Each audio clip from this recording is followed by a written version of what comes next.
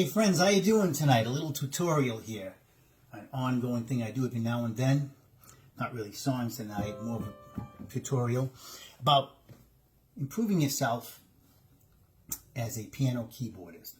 I see a lot of things online, like I said, these online versions and make you do it a little quicker and how to learn fast. But I'm going to give you, as I did before, the grind and how to do things I believe properly to be a good solo piano player or keyboard player.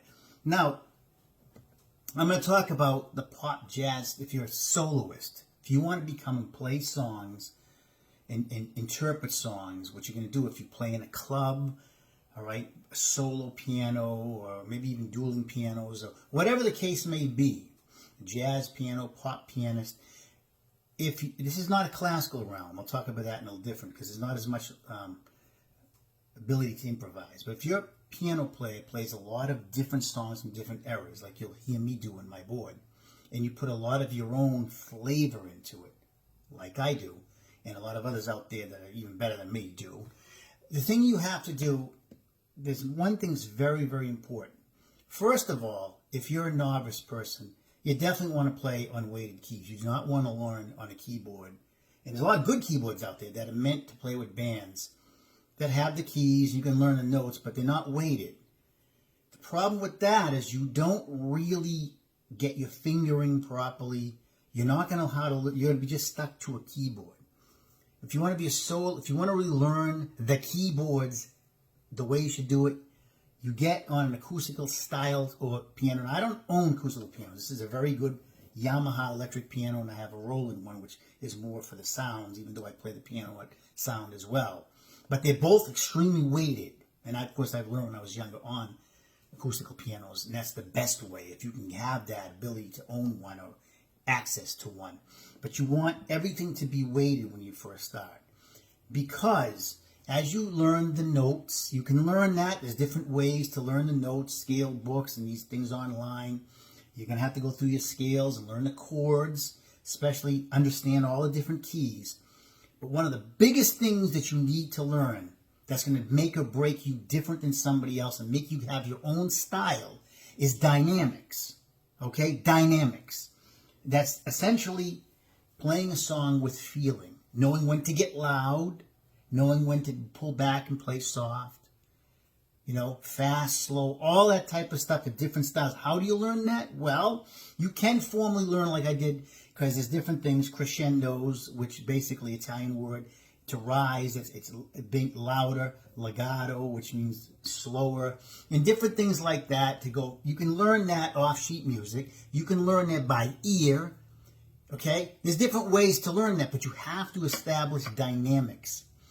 A lot of times what I've seen is a problem, and this is not a cut down. I've seen people that play like, they'll have pianos inside like some of these department stores or just piano people play, and they'll have like the sheet music there, and they'll go through all the different songs, and they take breaks. The one thing I've noticed is it's very mechanical. There's very little feeling. They just play the songs. And maybe that's because of the venue they're in. Nobody's really listening that well, and it's, they're trying to get as many as they can. But you can play all the right notes. And if you don't pay attention to dynamics, it's going to sound flat, especially when you're a solo pianist and you want to play in a bar, because you can make good money doing that. You want to have your own style. First of all, you have to learn how to improvise. That's for a different conversation. But when you're playing the melodies, the bridges, whatever the part of the song, knowing when to play soft and knowing when to, just give it more gusto is very important, and you have to keep that in mind as you play the songs. You'll develop that, but you do. You listen to songs, you listen to other piano players, you listen to different styles of music, how things get louder. It's very, very, very critical. When I grew up learning classical music. Of course, you learn it there too. The thing about classical music is you don't have as much room. You have very little room for interpretation.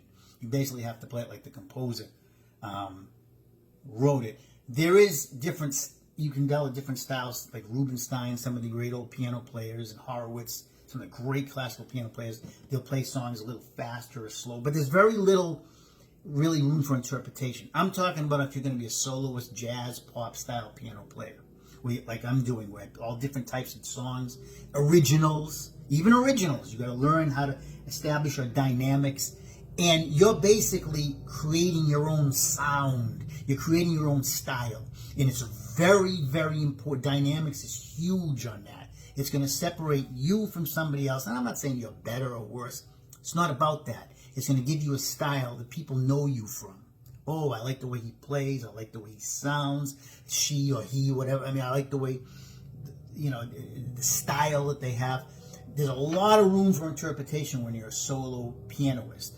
Plus, playing on a weighted keys of piano. When you can play the piano, you can play the keyboards, because it's not the other way around. If you learn on a keyboard that's unweighted and you try to play on a piano solo, you will be lost. Is a lot more of, because when you play on a piano sound, forget all the other sounds you've seen I've done, the organ sound, electric pianos, and strings and stuff. That's fine, advanced, especially if you're playing in a band, you need all that. But if you're playing just in a club, it's piano sound. There's no gimmicks. Okay, there's no gimmicks to just playing the piano. You have to learn properly first that way.